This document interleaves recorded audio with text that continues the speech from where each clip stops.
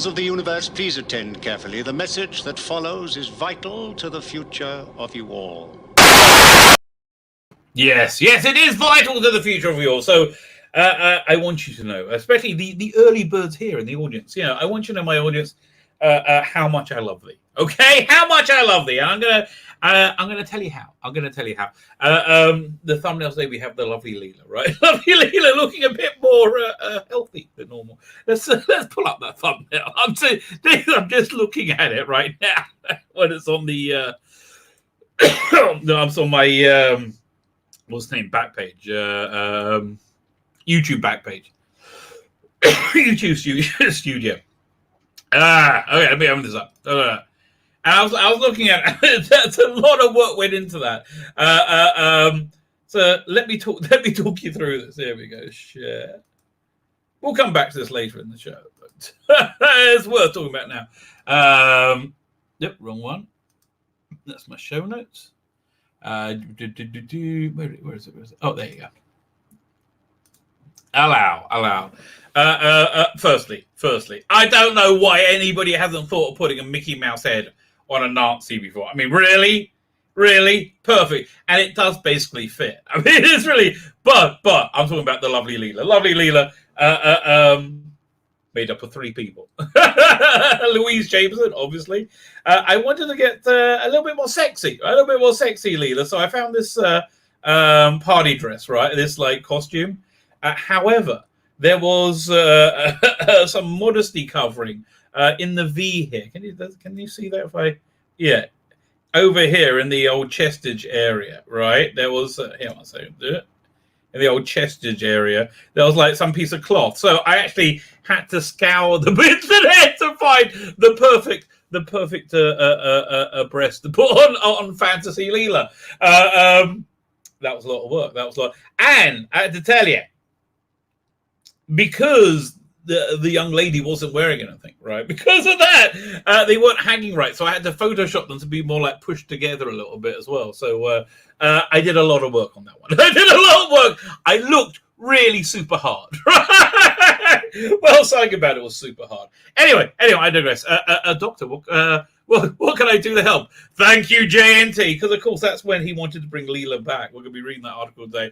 It's a bit of shameless clickbaitery, which I figure you guys know. Louise Jameson wants to get it on with Peter Davison. Dang, dang, dang, dang, dang, dang, dang.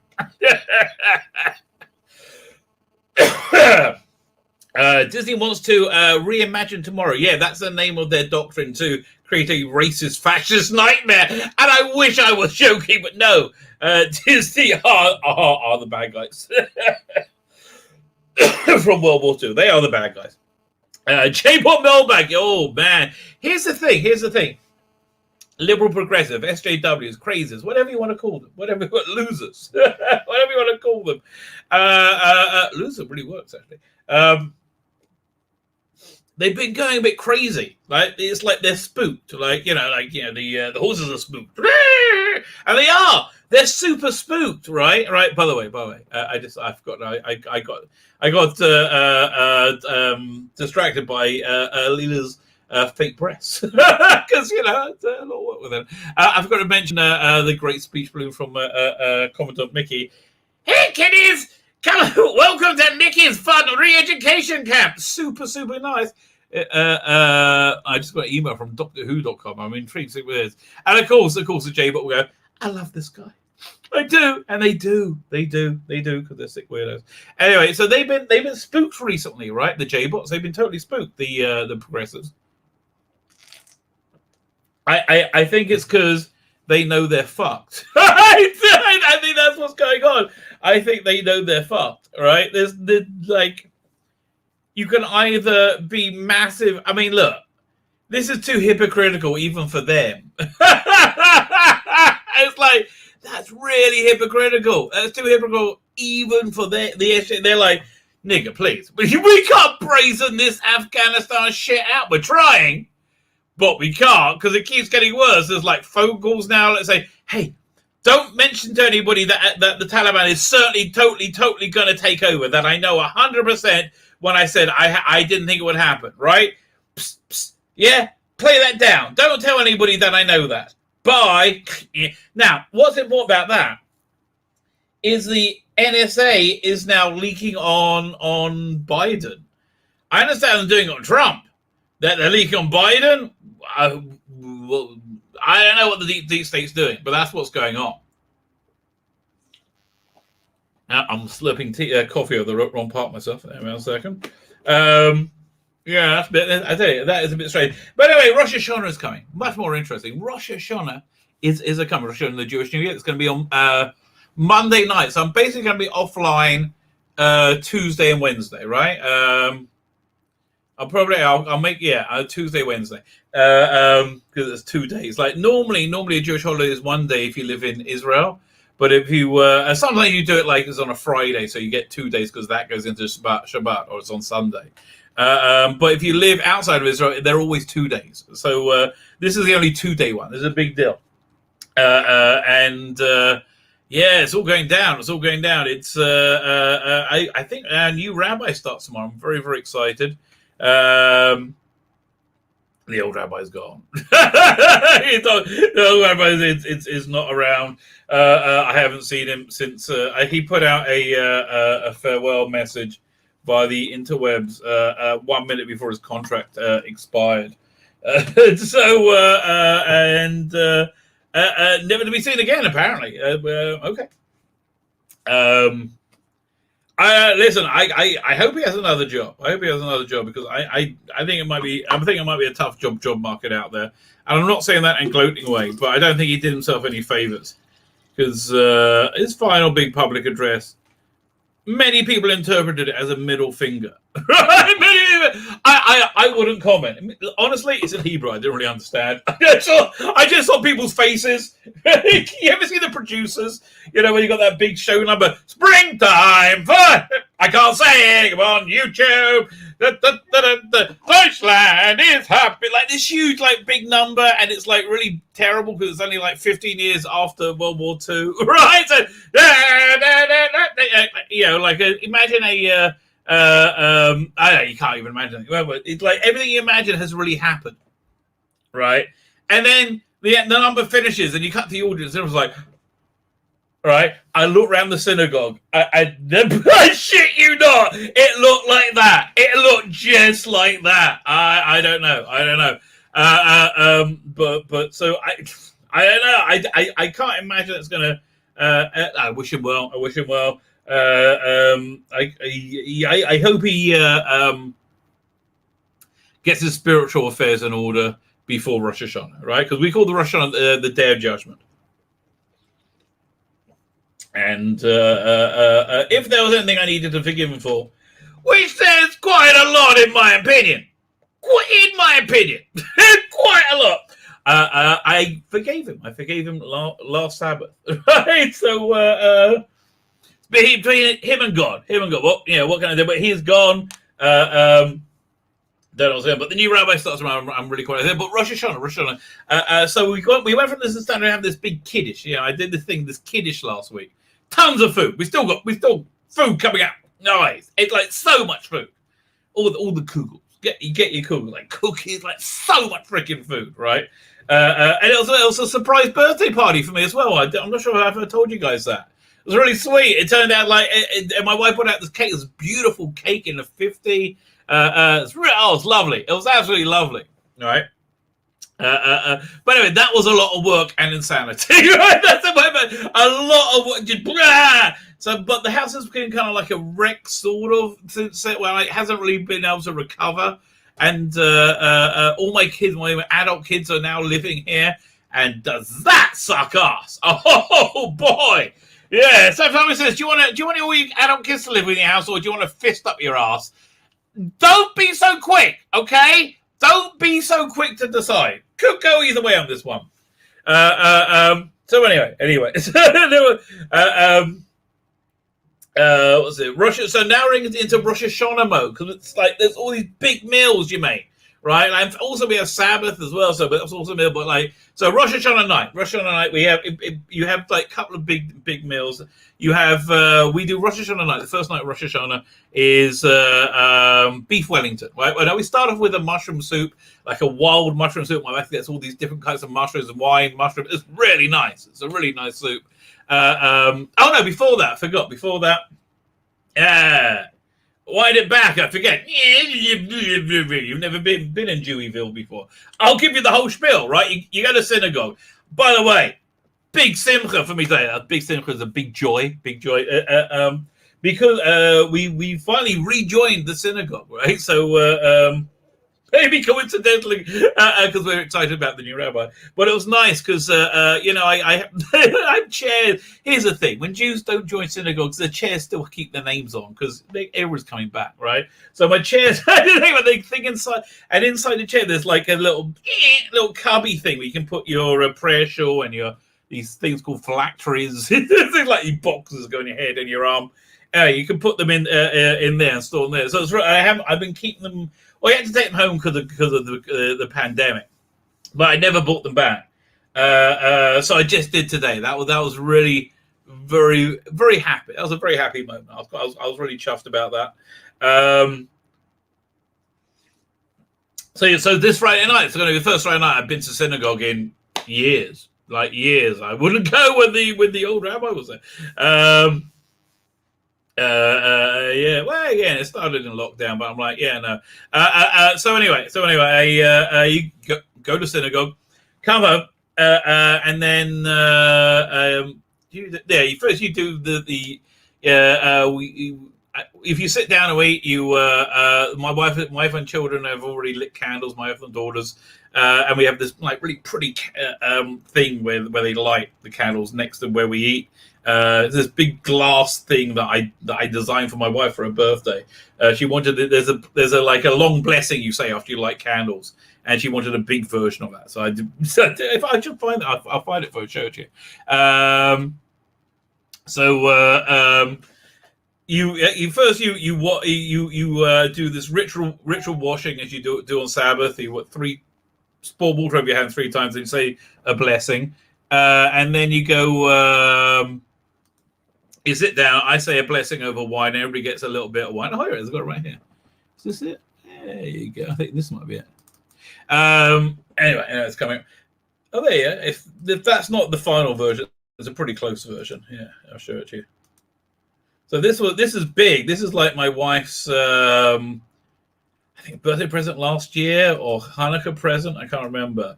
But it's big and it's made on glass. It's really cool, right? So it's I don't know how big is it? It's like a meter, but it's big. I can't tell you, it's very big. And the candles go in front of it, and the light of the candles reflects on it. It's very pretty. And so my wife lights 6 candles, one for each of us and one for each of the kids, and my 2 daughters light 1 candle. Until they get married, when they all start lighting 2, I guess. Fine. So anyway, you have bread. Oh, and the challah, the bless. Yeah, first you have a blessing over wine. And then we do a blessing over bread. The bread is really yummy this time of year, right? They instead of doing the braided version, they do a round swirly whirly version, much sweeter. They put apples in it. It's like because you want to have the symbolism of a sweet new year, right? So and also instead of putting salt in, you normally sprinkle a bit of salt and you dip the bread in the salt. It's kind of like to take out. It's a long story. I won't go through the Kabbalistic thing like that. But instead of salt, you get honey, baby. It's honey, right? It's honey season. Honey's going to be coming out your ass, baby. Lots and lots of honey, right? We like honey. Jews are not the best eaters, okay? Let's be fair. I mean, we are the best eaters. We all die by the time we're 42. But yeah, other than that, but boy, with a smile on our faces. I mean, listen, if you live in London, it's not Blooms anymore. But like, I guess the dessert, Lokshen pudding, which is like pasta mixed with sugar and like glacier cherries and raisins and swirled up and put in a tin and baked, right? And then you have a slice of that with custard. It's really good. Oh man, it's mental. Anyway, I digress. So yeah, honey season. Lots of honey. But But before you add the meal, then you have this thing called samanim, where you have like these different things you do to make like different things. Like you take a bit of apple and you dip it in honey, and again, it's to be a sweet round year, right? And you have like dates, and you have a carrot, and you have a fish head. If you want the fish head, Sephardi people have sheep's heads sometimes. I mean, that's crazy, man. I've never been there. Anyway, you do all that stuff. Then you get then we have the soup, right? Now we're up to the soup, mushroom soup. But the main course is full British beef Wellington. My wife does the Gordon Ramsay recipe. It's very good. She uses like a thin cut pastrami instead of the prosciutto. And it works very nicely because the prosciutto is pig. We're not big into that. I mean, listen, it's awesome. If you're not Jewish, I have to tell you, really appreciate non-kosher food, right? For the price and the flavor. It's all good. Like you sit down and you have a cheap pizza, you go, this is fucking awesome, right? Have a pepperoni pizza, it's awesome. You should thank God. Never convert. Yeah, I was never good on the recruitment drives. Anyway, so we do beef Wellington, Yorkshire puds, roast potatoes, peas. That's gonna be good. That'll be good. We'll have some kind of dessert. Then we have friends over the next day. Our prayers are really early this year because we've got to be out the room by 9. My friend Yossi is in charge, right? Yossi is like he prepares for the worst case scenario. I think that's fair to say. So he's stressing out, but I'm sure it's I'm looking. It's going to be a nice present. But we have to start. I'm starting at like 6. Oh my God! And then you got this really important part of prayers, which is called the shofar service, which is like 7:30, which is basically they have a ram's horn, like our Lord of the Rings, go, and they blow it. You get blow it a bunch of times over an extended period of time in between old men mumbling. I'm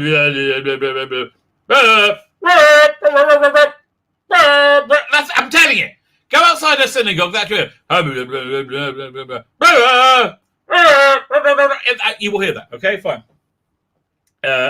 So anyway, everybody has to go and hear that. That's me. Like if you're sick and can't go to synagogue, somebody comes to your house and blows the shofar. Right? It's a big deal. Then it's more food. So that was the meal we were concerned about. We were going to have turkey, meat simmers. The meat simmers is basically a stew of sweet potatoes, carrots, little chunks of meat, and honey and sugar. Again, and you just let it cook for about 12 hours, and that's pretty darn good. That's more of a side dish. Turkey breast or turkey. I think my wife's making stuffing now. But we were going to do meatballs with it. However, I guess we know they're making a lot of meatballs. We found out today. The wife talked to us said, I can't get the meatballs when they're going to have it the next meal. So instead we're having a meat strudel. Basically, you get ground meat, puff paste of like dough, wrap it up in like imagine it's like a big phallic tube, as I like to call it. And you eat it by black. I bet bacon and black pudding sausage is bliss. Oh, mate, I bet you're right. Tell you, number one thing, one of the first things I would have if I ate non-kosher food is bacon and black pudding. I'd go for liver and onion casserole. Well, oh man, that sounds awesome. Anyway, so we're doing the strudel, and then we'll talk about the side dishes. I can't remember what we said. Quinoa salad. That's gonna be kind of nice because Mike got all the different things from the samanim, the sign things you do at the beginning of the Friday or the night meal in it. So that's kind of cool. That is kind of cool. So we got restaurants coming out, and it's like very long davening, very very long davening. I believe this year. This year is gonna. I think the Messianic age, which we define as the building of the Beit HaMikdash, the Jewish temple in Jerusalem. Essentially, we're done with the rockets, right? Well, that's where we say a temple's supposed to be. And that's the tension right there. We're like, That's supposed to be, that's the beginning of the Messianic age, when that's built, when one can do the temple service, right? So, and that means like the Ark of the Covenant will show up. That's hidden somewhere, Indiana Jonesy, you know. Oh man, okay, fine. Before we get on to geeky stuff, annoying missed opportunity, right? Oh my god, annoying missed opportunity. The place where I got religious was Asia Torah, they would like get, you know, people who Jews traveling through Israel, right? And say, would you like to come to class? I'm like, yeah, okay. You know, they'll be free food, free bed. I said, I'll stay for more, mate. I'll stay for more. End up becoming religious. Didn't really see it coming. That's basically what happened. Anyway. It was a very like revolutionary place, right? There was like, it was, you know, we were kind of not regarded well in the religious world. We're like, oh, what are they? Ballet tuba? Because, you know, that's what they were. They were freaked out by us. And we were like breaking the rules a bit. We were kind of like the punk rock. It was more so before I got there. By the time I got there, it started to calm down because they got into real money. Right now, it's so corporate. It's so painfully corporate. It's depressing. But anyway, they got this great prime real estate right opposite the Wailing Wall, right, which is prime real estate, right. And they're always looking for new ways of getting into Jewish education, right? So I came up with this plan for them. I said, listen, you got this front row thing. I bet you can pack it out 24/7 if you make a Jewish-themed escape room, like Escape from King Solomon's Mines. And it's an Indiana Jonesy thing. And you've got to have like some knowledge of Jewish history or knowledge to be able to solve the clues, right?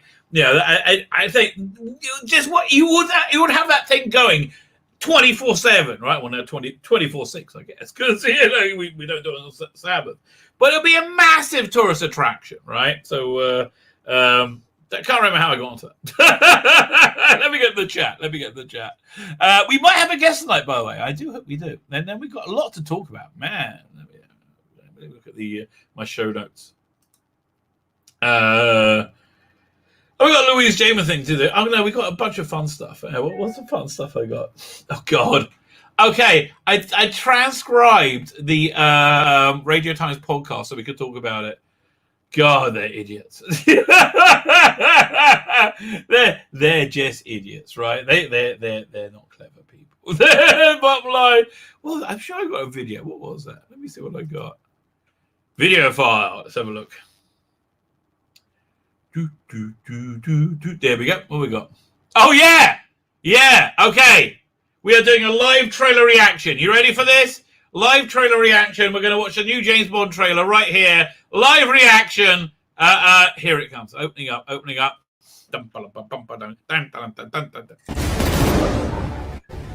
James Bond. License to kill. I want to see this movie. Can we deep fake this movie? I got to see this movie. I could be speaking to my own reflection. Come on, Bond.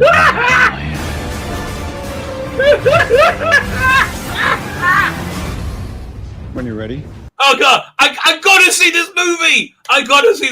This is the greatest thing ever. You're late.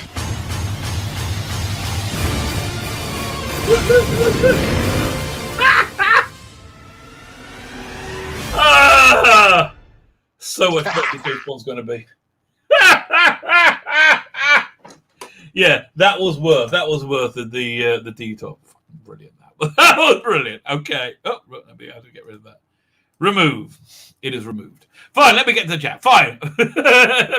Many hours later. Oh yeah, I should pull up something fun to look at. Mel Gaze. I haven't even opened any other. I'll tell you what. Anyway, we'll go over here. Look at. Okay, check out this new model. For that I'm using on. I'm using it this week. But we're using her on the my comic show for this Saturday. She is stunning. Oh my God, Megan Random. Oh my God. I mean, like, okay. Here's why she's super hot. Okay, I mean, other than she's super hot, because she's like, it's very performative, right? It's Like, I can imagine that she looks like a normal person when she wants to, right? She like this is like a persona that she puts together, and she's very good at it, right? And I like how she projects character, and she looks freaking hot. So anyway, I recommend Mega Random. If you're into that thing, go check out her. What's her name? Her Twitter was. It came up on a Google search. Funny sexy cosplay. It's Megan Random, right? It's Megan Random. So give her a follow. I did.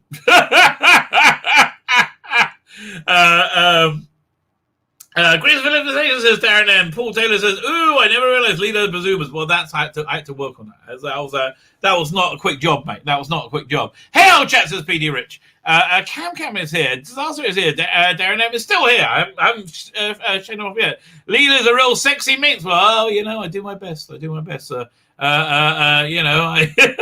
aims to please, but mainly I'm self-pleasuring. I think if I'm being honest. Matthew Burrows. Oh, okay.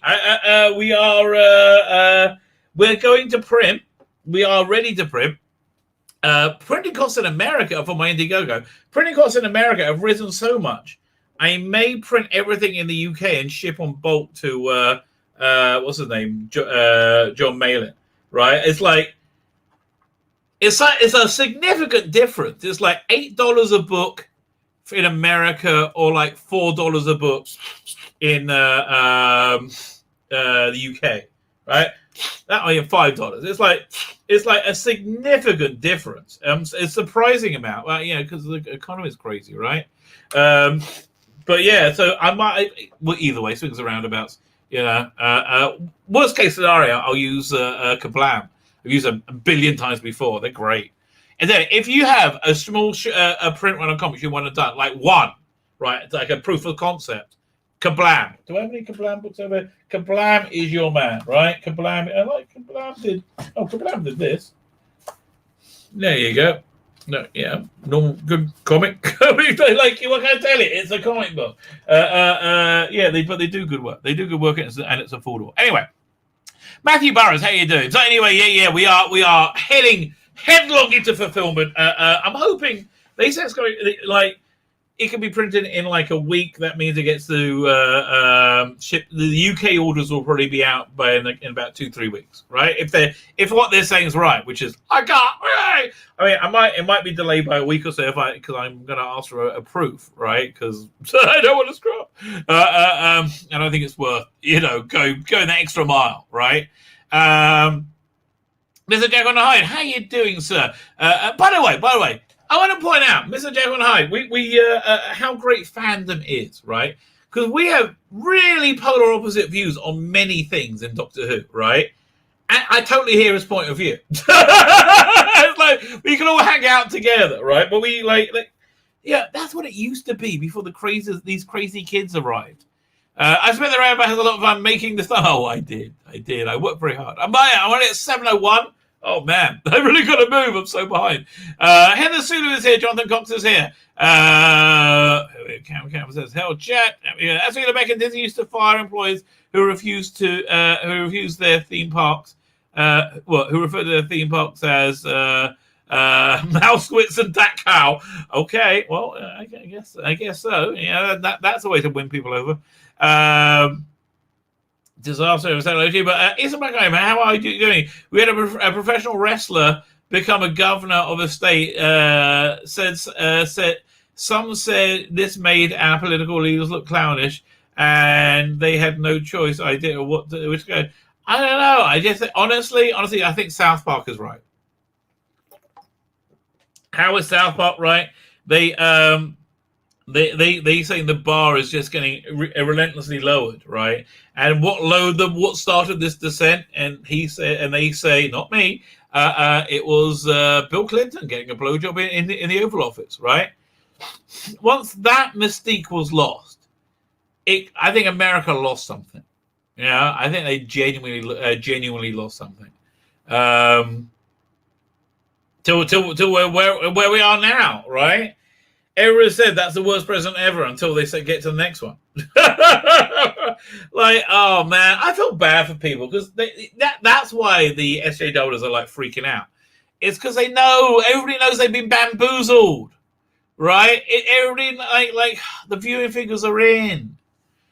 Afghanistan ends the game, right? Thomas Time is here. How you doing? Hello. I mean, Afghanistan really ends the game. Did Angry Jody just assume Mickey's gender? Yes, because they don't really believe in that stuff. Rabbi, did Angry Jody Bear just yes, he did. Yes, that's exactly right. Oh, yeah, I got you twice. Queen Charlotte is there. How are you? I doff my hat to you, my lady. Are you your grace if you're a female royalty? I know you are if you're male, right? I think you are. Yes. Let me go. Just going through the chat. Who we got here? Okay, I think I might be catching up. No, I'm still 20 minutes out. Tzvi Lebetkin, that's beautiful, Rabbi. That's why your wife loves it. Oh, yeah, she does love it, baby. Okay, by the way, real important. Okay, a couple of things I've learned this week, right? Well, not this week. A couple of things I've come to a realization of. Well, one thing I learned. Okay, I didn't know much how periods work. Okay, I'll be honest. It's not something I knew much about, right? Now, Daisy, my doggy, doesn't look dissimilar. Doesn't look dissimilar from this little doggy here. Really does. It's got the same expression. She's having her first period. We're not enjoying this. We're not enjoying it. So there are these doggy period diapers that they wear with a little thing for the tail. You can't pee through them though, so you got to like get them off her before she goes mate. We didn't know this the first day. It was very disturbing that night. I can't go into the story. Oh, thankfully I slept through it. Thankfully I slept through the whole thing. Fine. So I was it also last show. Right? So firstly, I'm surprised there's not a like. I just assumed there to be a constant sprinkling of. No, that's not how it works, apparently. Then I thought, oh, maybe it's just like gusts or like that. Like little spurts. And down the I found out this wasn't the case when the dog was crawling over us on the couch, right? And then suddenly her butt was in my wife's face. And she's like, oh, Daisy, no, I don't want your purity butt in my face. I'm like, oh, God, no. And I just imagine go, what is it? I was like, "Hey, that'd be bad. Anyway, so I found out. No, it's mold spotting is what goes on. She wears the knickers sometimes not. You get used to anything. What can I tell you? You get used to anything. And I'm not sure why I realize this. Here's a basic difference by men and women, at least for me anyway. Men are for being turned on for a guy. Isn't really a choice. It's just something that happens, like we are turned on. Women have to decide to be turned on, right? If women decide to be turned on, they're very turned on. But they have to decide it. It's not. I don't think it's a decision for men. I know. In the chat, let me know. Okay, I'm 20 minutes behind. Let me catch up with the chat, and then we'll get some news. We're fine looking at Mega Random, okay? Absolutely fine. And she's a good cosplayer as well. She's inventive. Biden was going to be more dignified than Trump, I was told. Yeah. Everyone's finding out. Everyone's getting that buyer's remorse. Happening pretty darn quick. They expected it to happen. Everything they thought was happening with Trump is happening now, and they don't like it, right? And they just know it. They all know it. It almost sounds like a food cult. It's not almost. It is. It is a food cult. Let me tell you. Where is it? I just jumped. Where are we? The Stramsy Shillington. Why would you punish yourself like that? Because I love you, right? I love you. That's basically why I love the audience. You guys are fantastic, right? And you know, it is quite funny. They are morons. Just game room. Look up Jumanji. Yeah, I bet that would work. But man, prime real estate. Geez, Ravi, that is torture transcribing the Prince. It really is. It really was. I did it this morning. Karen these days will probably be deemed misogynist. I'm sure it is. Thankfully, they don't know. They don't know about it. Cal Lynch is here. Audemars Barris is here.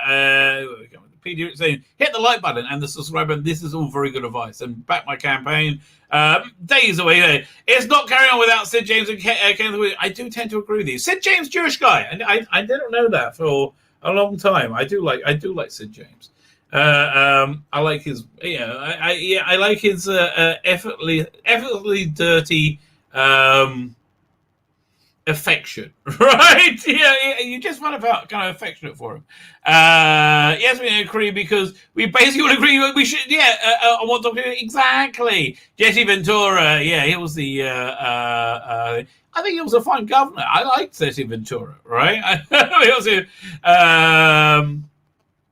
Even Jimmy Carter was better, but listen, it's 7 months in. No one's fucked up like this. No one has ever fucked up. And it's getting worse, right? The phone call is an impeachable offense, right? I mean, which is the precedent they set with Trump. This phone call is an impeachable offense. So there's something else going on as well. What's the other thing? It's just imploding. It's imploding. I have no idea how long this is going to go for. But it's going to go down like it did in Afghanistan, and suddenly he's just gone. Right? That's exactly. He's just gonna be like, I gotta go. Yeah. He won't even say it. Right? He's gonna vanish just like that. Wouldn't that be weird? Wouldn't that be weird? Oh, on Comics is there. How you doing, sir? Yeah. Wouldn't that be strange if he just just did a runner? Bloody hell, that'll be funny. Okay, here we got a few little bits and bobs to look at. This is a good one. We should also look at that one. Oh yeah. We'll look at this, and then we'll look at the what's it called again? The J-Bot mailbag, because let's just get it dealt with. Is this the right one? Is this gone? Oh, that's a real bummer. Oh, man, I should have downloaded that video. Let me make sure I had the right address. Nope. Let's have a look.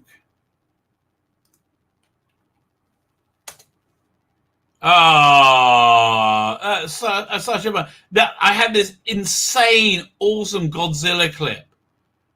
Insanely awesome. It was so good. Oh, one second. I'm just getting. One second. Let me just say, sounds good. Oh, we should look at this.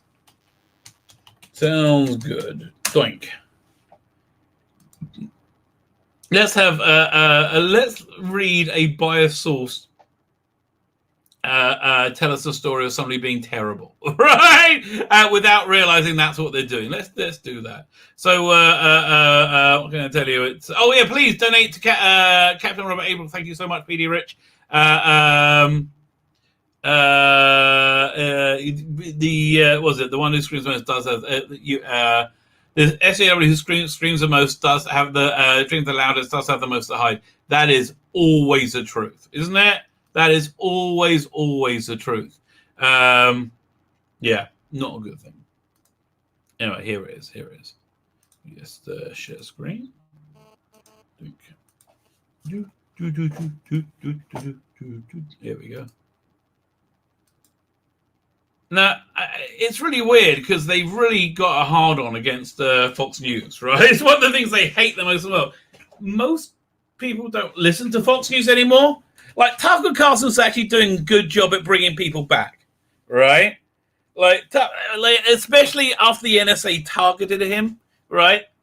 But I will listen to a clip from Tucker Carlson if I see it on Facebook or if I see it on YouTube, right? In fact, I will look it out. If I see it on Facebook and I'm interested, I'll look it out on YouTube because Facebook always gives you a gazillion ads. Oh my God, they're so annoying. Here we go. So fine. This is on Bleeding Cool. So, it's very, very biased. Former WWE wrestler turned Hollywood megastar David Batista lashed out at Fox News over what the animal believes are repeated examples of hypocrisy. dude. I mean, I know you believe it, right? I know you believe it, but like, you're on the side of the biggest hypocrites in the history of our species. Like, yeah, you guys are. Like, yeah, the whole Russian collusion nonsense, and oh no, this election is totally kosher, totally kosher. Nothing to see here. In fact, we're not even going to look. We're not even going to look. That's how much there's nothing to see. We are not even going to look. Really? Can you look a little bit? No, we can't. But that makes it seem you've got something to hide. You're a conspiracy theorist. But can we just look? No. Why can't we look? Because you're a conspiracy theorist. Now be quiet or we'll unperson you. Okay. And that's based. Yeah. So hypocrite, yeah. What's it? So business who has expanded the long running feud with fellow WWE Hall of Famer Donald Trump after Trump was pinned clean by Joe Biden. Really? Yeah, dream on, mate. Dream on. Oh yeah, it was such an easily won match that we're not allowed to audit any of the results, right? We're not allowed to look because it was so freaking clean, right? In the main event of the 2020 election, PPV, and has lost his rematch during the failed coup. No, you know what an insurrection was? That time when a bunch of people declared a different state, right? Declared they weren't America anymore. Remember that? That you like that? Yeah. Has a particular disdain for Fox News personality as Tucker Carlson, who he has called pussy grabbing racist. And again, he might be. It just doesn't strike me as one. And a lying human squeaky toy. He might be, but could you just substantiate that in any way? Has recently promised to put through a table. Okay, so you're threatening violence and you're calling him names so far, mate. And I like him as an actor. I actually think you've got depth and sophistication as an actor. I thought your turn in Blade Runner was very good, right? I think that did you very proud. But you're an arsehole. But those are Fox and Friends who initially captured Batista's attention this week by making a big deal about Joe Biden looking at his watch while addressing the country about the end of the Afghan war. He was looking at his watch a lot, in all fairness, when he's looking with the 5-star, the Gold Star families. Come on, Fox. The president has many calls and many meetings. Okay. They're so pathetically desperate. Laughy smiley face. I don't think any what? Full sweet. Fred Wilhelm says, I don't know what the fuck this is, but they're literally using an internet meme as the basis for this. I can't believe these idiots represent us. Well, Fred Wellman, I all I can say is you sound a sound and reasonable gentleman. I don't think any rational American can, Fred. They're a cancer. They never thought I'll see. I never thought I'll see a country turned into this. Absolutely pathetic. Are you talking about now? You're going to be anti what? The animal also trafficked against Carlson and another favorite target, QAnon-loving Georgia Congressman Jane Green, for attempting to. Everything you say negative about these people sounds like it's the opposite. It's true now. You understand? It's withheld information from the January 6th Insurrection Investigation Committee. Again, the FBI said it was an insurrection, but don't bother us with facts and reason. Yeah, the FBI did say it wasn't a planned insurrection. Such as the phone record showing exactly where Chris Jericho's wife was that day. That's weird. Same as the arseholes, they're always bitching about culture, council culture. Fucking hypocrite! Okay, Green, these telecommunications, if they're going along with this, they will be shut down. That's a promise. What? They're sharing your private information. Wait. They're sharing the private information, and that makes them and they're upset. I don't understand. You'll say, okay, I get it. You're saying It took me a minute, okay, to work this out, right? But you're in a disease-weird mind. You're saying that the disingenuous group lying about someone with the intent of making them commit suicide is the same thing as a telephone company illegally sharing your information with a despotic government. I mean, and you're saying this, and saying if they are doing that, they should be shut down, right? Yes, they should be. If they are illegally sharing your information with anyone, even a non-despotic government, they should be shut down. Yes, that's correct. We agree, but that's not the same as disingenuously lying about somebody to make them kill themselves.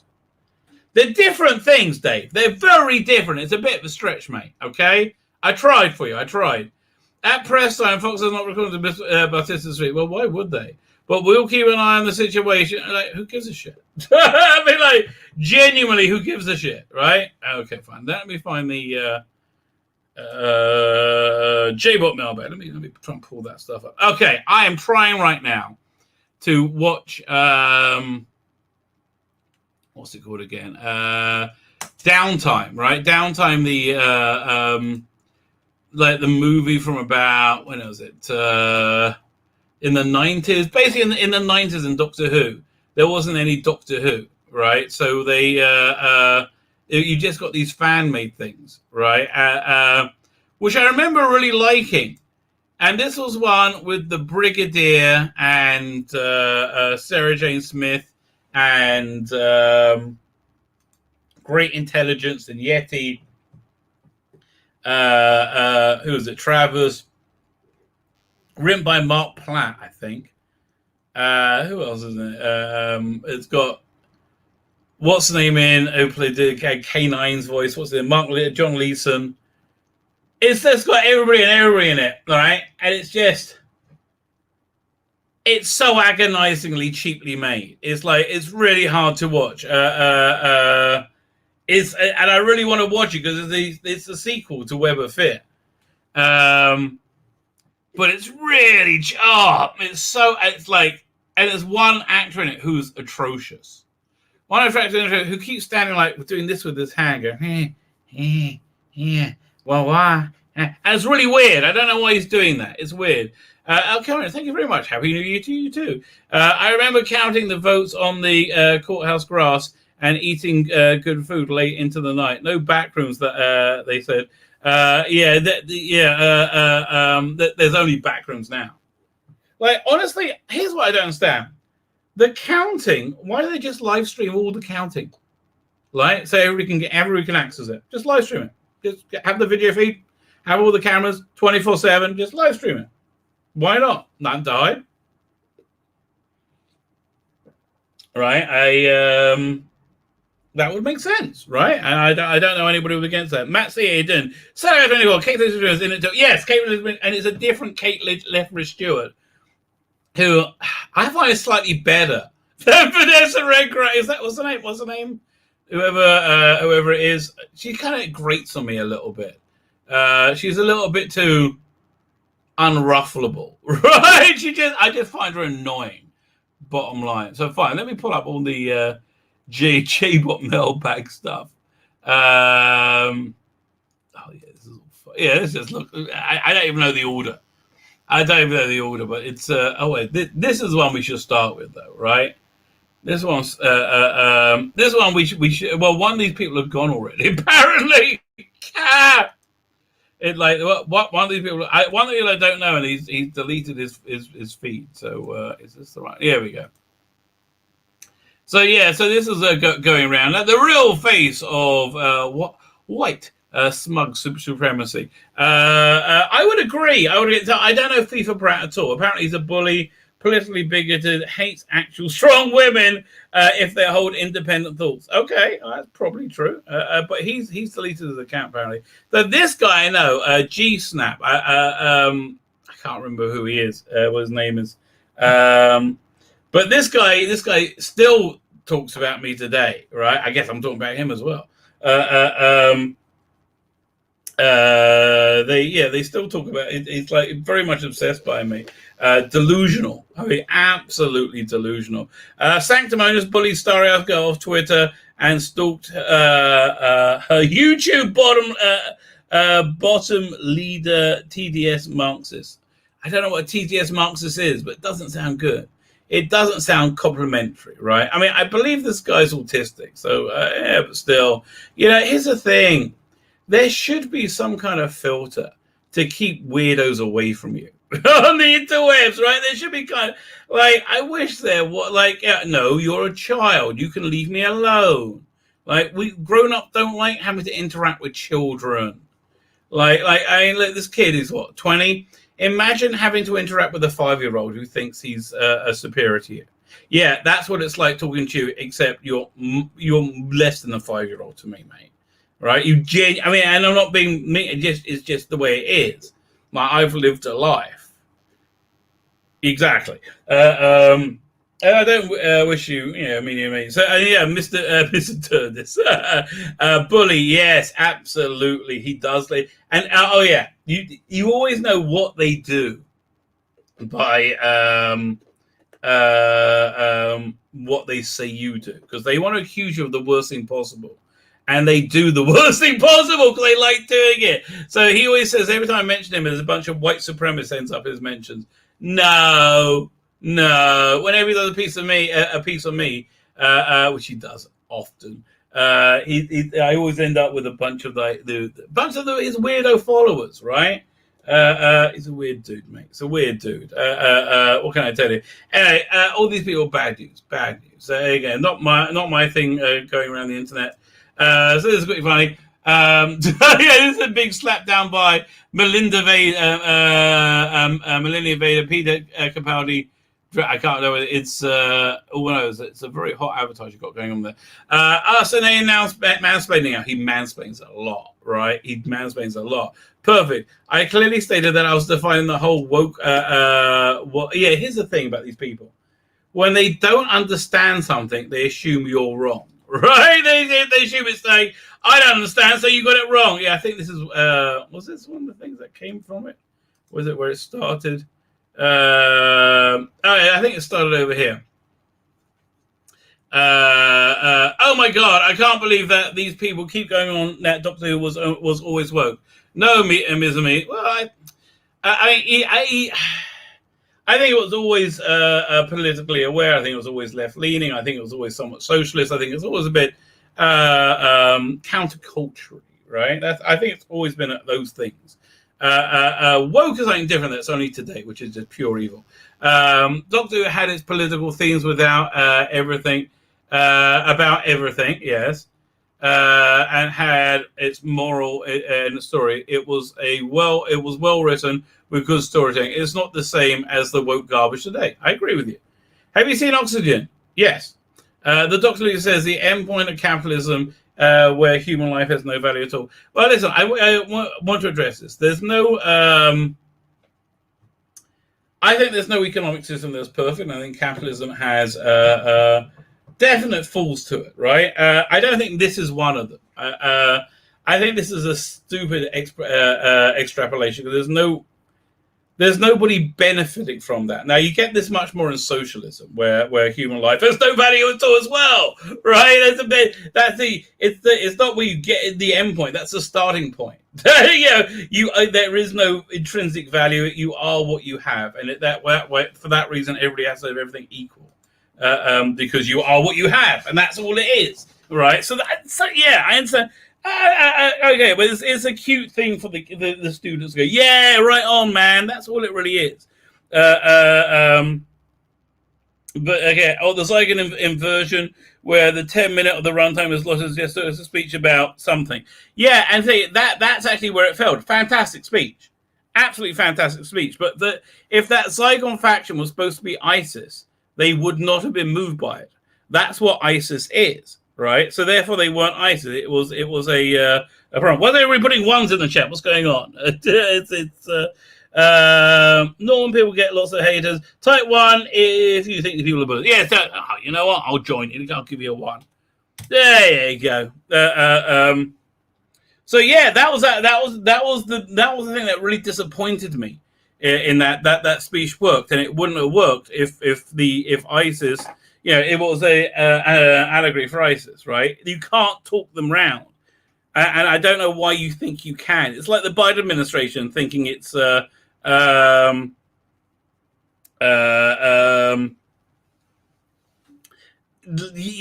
they've got away with that, they've done the best job ever, right? No, you're not going to win the get around. So you'll forget Doctor Who was called woke back then too. No, it wasn't. And again, those examples aren't woke, right? That's like putting out there's been a lot of times they put out a political ideology in Doctor Who a lot of times, right? Seth McCoy a lot, there's like about Doctor Who. And yes, there was that big speech in the end, right? In my mind, it was a great speech. Capaldi was great delivering it, but it wouldn't have worked, right? So it wasn't woke. That was the point of the story. And again, I think they made an unrealistic choice. But it's not. I wouldn't say it's woke. Woke is when you have no story. So you could have like a boy suck his thumb while you have the crappiest monsters ever who turn out to be humans. Oh, you can save planets or you can wreck them. That's woke, right? That's woke. Woke is when there's no story for up to Remembrance of Dalek's Head, and I loved it. It was Doctor Who as I always hoped it to be. I was like, the elation I had there. Yeah, you had that great special effect with the guy being shot by the Dalek and into the van. You had the Dalek eye view. You had the mystery. Sylvester McCoy was just reinvented. This was awesome and everything. And because you're a moron, because you're an utter moron, you do not understand that you can be that people who hate woke culture are not racist. We don't hate it because you highlight black people. We hate it because you are racist. It is racist to judge somebody purely on their surface characteristics. It is racist, and it is bigoted.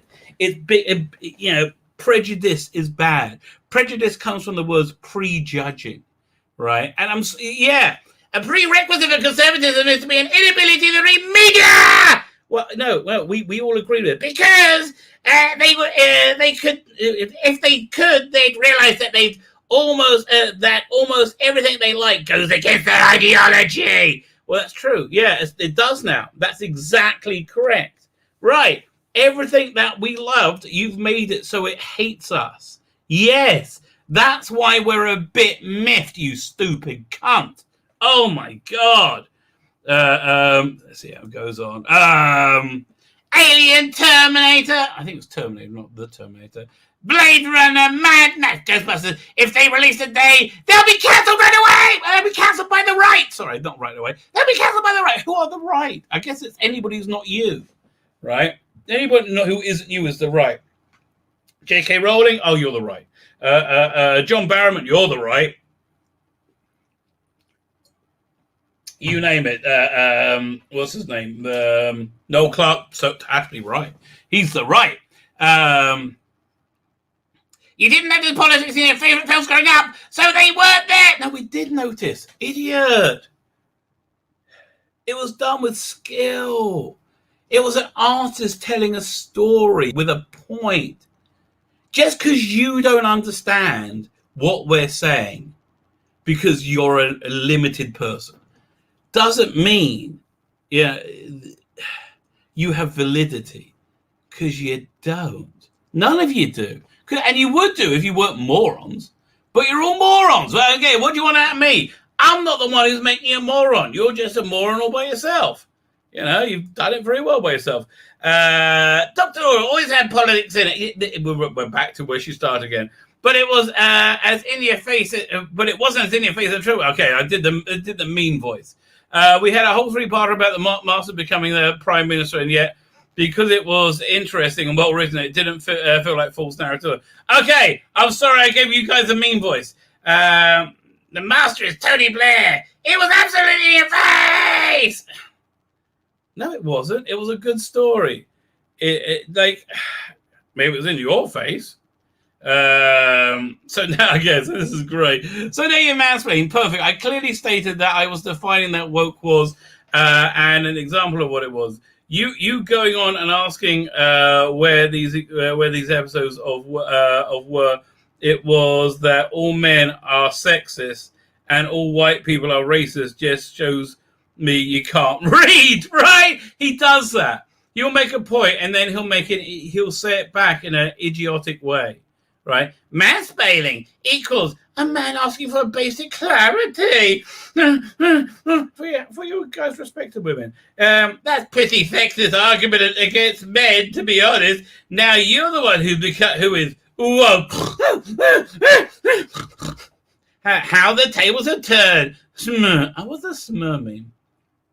I don't know, but this guy, like, really, how could anybody seem to be a bigger arsehole? I mean, like, really, I was going to say, I'm going to be the biggest arsehole I could possibly can, right? Couldn't even touch this guy. Not even close. Oh dear, only conservatives say woke. You must be conservatives, and then he brings out an emoji. So yeah, oh my gosh, let's leave it. Let's say it's too stupid for words. But be aware that there are bad people about. Fine, what else is on the list? What else is going down? Let me have a look. Oh, I've got a Wizzy Will. Come on, don't give me a Wizzy Will. There you go. Let's see what the Doctor Who email was. What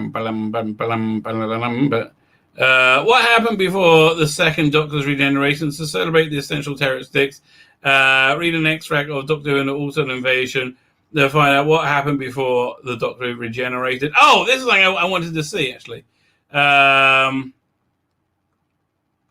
This will be a big finish. Let's have a look at their twats. Oh, no, wrong one. Go over here. I've got too many windows open. Okay, too many windows. Getting freaked out. Let's go to the big finish. It'll be there.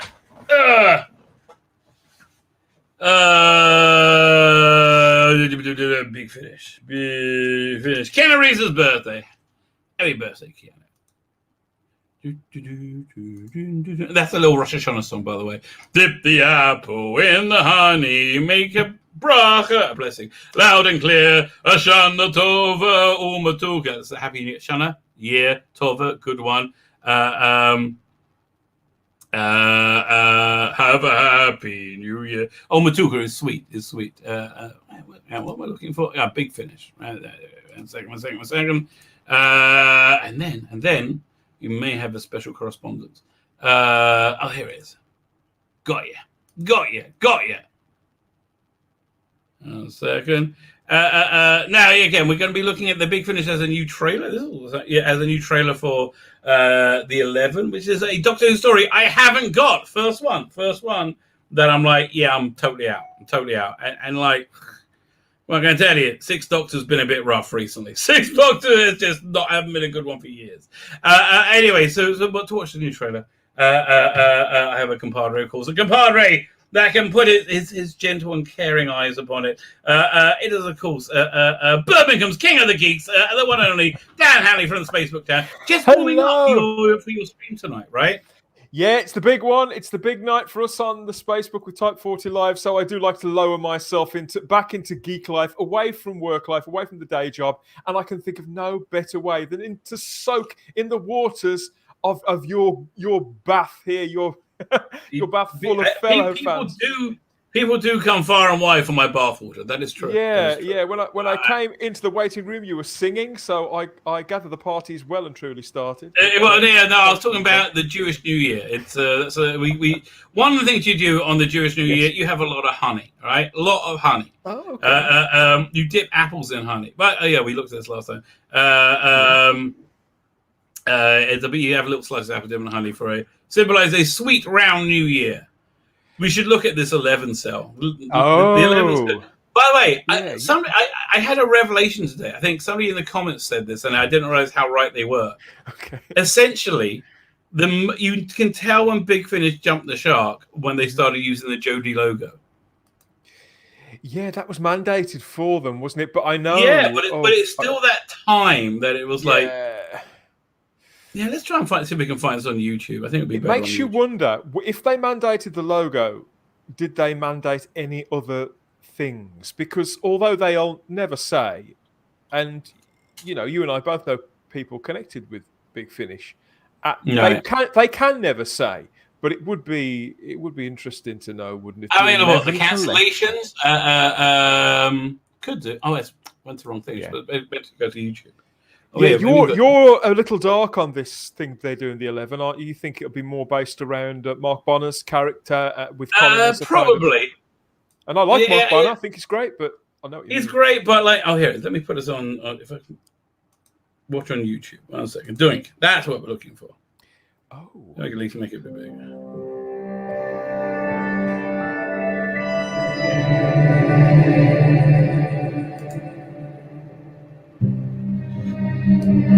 Lies! It's all lies! Remember that next time we look in the mirror. Get all this rubbish and kill him now! Let me at him. Get back in the TARDIS, Miss Clark. My TARDIS. This ghost TARDIS was stolen by 11 people. No. Just one. And believe me, we don't want to run into him.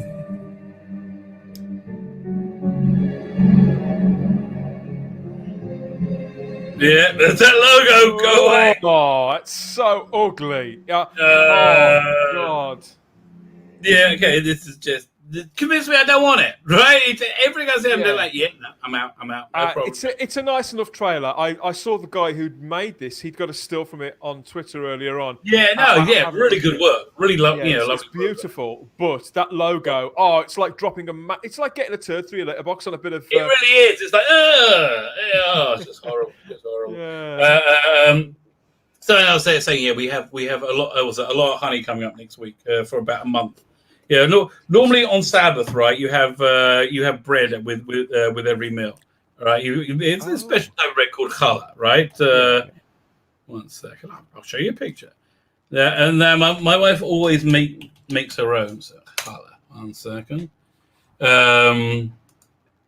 Oh wow, that looks. I am a sucker for bread. I mean, I try not to eat much of it because I do the gym and everything else. But my God, that looks no, there's no being healthy in Judaism. Anyway, so but these are kind of like that's basically what you get. So you have that with every meal, right? Rabbi, I can smell it off the JPEG. How is that even possible? Yeah, but you're supposed to dip it in salt, right? So anyway, on Rosh Hashanah, you have a different one. You have a round one. I don't. Some of the shapes of them are a bit worrying. That looks like Broton's. Oh, they do. They are a bit traditional. This is kind of roundish, but they're all they're like they're all kind of round, but they're all made with like honey and apples in them, right? They're like, it's crazy. Everything. And instead of dipping in salt, which you do all during the year, you dip it in honey. It is so good. That sounds beautiful. There's so much of it. There's just and you have honey cake. Oh my God, it's crazy. There's a lot of stuff going on. I was watching one of your videos yesterday, and you were talking about the fact your kids are taking you out for a big meal, and that sounded lovely. Oh, that was awesome. Yeah, that was definitely very awesome. So what was that? Oh yeah, so I was kind of looking at that trailer. Fine, let's have a look at the Radio Time story. Fine. Right. Oh no! What? This is the thing, you see, everybody, because the rabbi's been looking all day, and I don't know what's been going on. So I get this the first is I know is when you tell me about it. This is new, brand new. Thankfully, I've got a video tomorrow. Oh dear. Okay, let's read this. This is brand new. When did this come out? I don't know. Today, maybe. I know she's been on BBC Radio 6 talking to some poor sod today. So. Oh well, there you go. God, I got to hear that. That's gonna be boring. Jodie Whittaker says Doctor Who is the best thing I've done. Bloody hell. Post about that, darling. Really?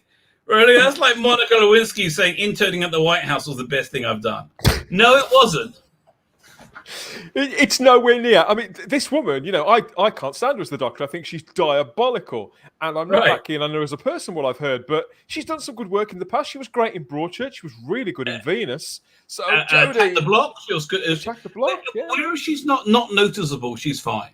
When you stand out, and whoever told you to stand out, they weren't being your friend. They weren't being your friend. Not such a good move, painting a giant rainbow on your chest and exactly. And go, I like the trans people, and I got small boobs. Does that scare you?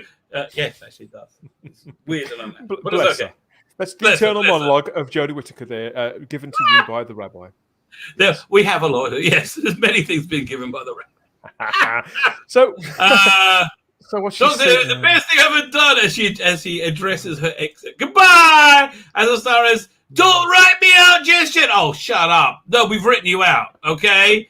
I mean, like, this season is going to... Okay. If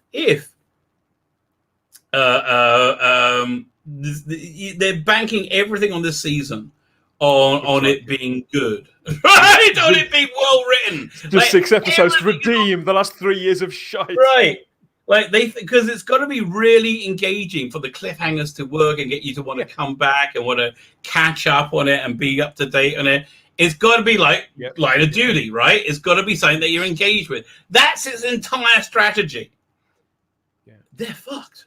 I mean, really, there's no way. Well, it is a bit like putting all of your eggs in one basket, isn't it, Rabbi? Because if this one story cannot compel us to be there week after week after week, and I want to be compelled, I want to be grabbed. As much as I can't stand the era, I'm still open to being grabbed by a decent story, but I think the odds are pretty heavily against it. The odds are pretty darn low, quite frankly. I do agree with you. It was like I was having this conversation with a rabbi today, right? Talking about something that went down in my community, right? And I said, listen, this only matters if God exists. If we don't think God exists, nothing matters. It's fine. It's like somebody said something. Who cares? So what was the look on the other rabbi? What was the look on his face? Like he knew I was right. I think that's the thing. Yeah. Oh man. Okay. The basic crunch thing happened about 4 months ago when a gentleman was going to give themselves a particular honor in the synagogue, and I felt there was a Jewish law prohibiting that. The gentleman happens to be at a pretty important position in the synagogue, but still, Jewish law affects all of us, in my opinion. Like, does God exist? If he doesn't exist, we're cool, right? But so the question never was able to ask because they went on this council campaign with me and lied through their asses. I remember you telling me about that. Which is correct. Which is like, okay, eating babies, that's bad, but this is basically the worst thing people can do, right? It's not like, oh, accidentally that had a shrimp in it, right? I didn't mean to eat that. No, it's more like this is premeditated evil, right? Anyway, so and I think it was orchestrated by the gentleman. Anyway, so I had to vanish, but now thankfully the I'm very happy that gentleman has moved on to pastors new, much like Jodie. and I wish him well. But I was talking to somebody who likes him today. Oh yeah, so this is what I talked to somebody who liked him today, and so his point was like, do you really think this person is lower than everybody in the community, everybody that they shouldn't receive an honor? I'm like, yes. I think Jewish law is Jewish law. I do. I don't think anybody's exempt from it. Okay? And I wasn't saying that. I think it's a question. I think it's a question because it's a question. What do you want out of me? And I think that they didn't want me to ask it. In the case, they might think it's a valid question too. But yeah, the look on his face when I said yes. That was like it was like somebody watching a cube float in front of them and invert into a circle, what? It's like the first time you saw the Abyss, and you got that button. Like, wow. Do you find this in 2021 that people are seriously disturbed when they talk to somebody who can speak with conviction about something. You were unequivocal. Yeah. Because listen, we're living in the land of lies. What do you want? Lies are just again. You shatter people's bubbles quite easily, can't you? Well, that's why all the SJW has been going crazy on Twitter for the last month because of Afghanistan. Because that's it. Their answers have been handed to them. It's game over. That's not even close. Everybody can see. Yeah. It's like, no, nothing was better. Nothing is better. Everything is worse. Right? And it's just the way it is. And it's just how quickly it's happened. Like, just how quickly it's happened. They're like, I don't know what happens next. Right? I think something weird's going to happen. Right? I think something weird is going down. But I've been for a while. This apocalypse is taking too long in coming up. But you know what? They didn't get your memo, did they? I think you suggested it around March time. That was where the good money. That's where the I thought we'll see the first signs of it now, but I thought we'd full blown by now, right? But the deadline is like this, basically like this. Not a year from now. Is the year when the year when the Messianic age begin, according to a prestigious rabbinic authority, is the year after a Shemitah year. Shemitah is a year where you let it's a real pain in the ass, right? The land is fallow. You're not allowed to buy any vegetables on it. You're not allowed to throw anything away because it's all super holy. You've got to put it in a thing and let it rot. Before you get rid of it. It's like everything in the land is holy that year. Right, and you get around with it. There's a thing called Heta Mehira, where basically they sell the land to somebody not Jewish, and then they farm it. Right, and they do that. They manage to have combat. Then there's other things you do, but it's a massive pain in the ass with Shemitah.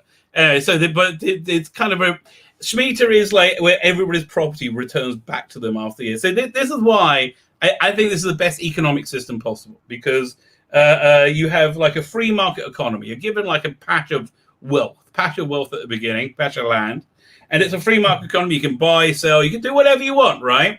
Then every 7 years, loans are forgiven, and every 70 years, like once a generation, all wealth resets back to their family, right? So whatever happens, so you don't get the problem of like generational wealth, which I think is the biggest drawback with capitalism. I heard you speaking about generational wealth on the channel earlier in the week, and I couldn't fault your diagnosis of it. The more I thought about it, I've been thinking about it all week actually. There you go. Well, fortunately, it's not a problem we have. I don't know about me, but I see it increasingly with the people that I know. Some people I've known in my life. Some people I've bumped into. I mean that's what's essentially destroyed the world. Like what destroyed America is a bunch of upper class twits who don't have any idea what they're doing. Doing trying to run the world, think they know everything, and they don't. And this is just insane incompetence. I thought it would be evil. No, it's just insanely incompetent. And then it turns out to be evil. And it's incompetent again. I know they got Biden on a leaked call now, saying before, like he said something like, "There's no way the Taliban can take over. No way, impossible. If this is like in July, crazy." So they leaked a transcript of him on a call to the prime minister of Afghanistan who did a runner, which if Biden goes, it'll be like that in the middle of the night. He's gone, mate. I bet that will go down. Yeah, I heard a little bit about that as well. So on the call, he says, that we know the Taliban is definitely 100% going to take over very, very quickly. Don't tell anybody that. Ixnay on the Taliban, okay? Just keep it to yourself. And we got to keep that. But he's like, dude, you just said you know. And then there's this other thing where some are saying that he intended to give the 85 billion in weapons. God, 85 billion in weapons. Can't be true, can it? It is. They meant to. It is 85 billion. Yes, I know. Yeah, but you'd think that they would want to retrieve it. They're talking about retrieving it, aren't they? Oh yeah, good luck. Okay. How they go about doing that, I don't know. Have you ever seen the movie Argo? The Ben Affleck thing. Yeah. So there were 53 hostages in Iran at the time, right?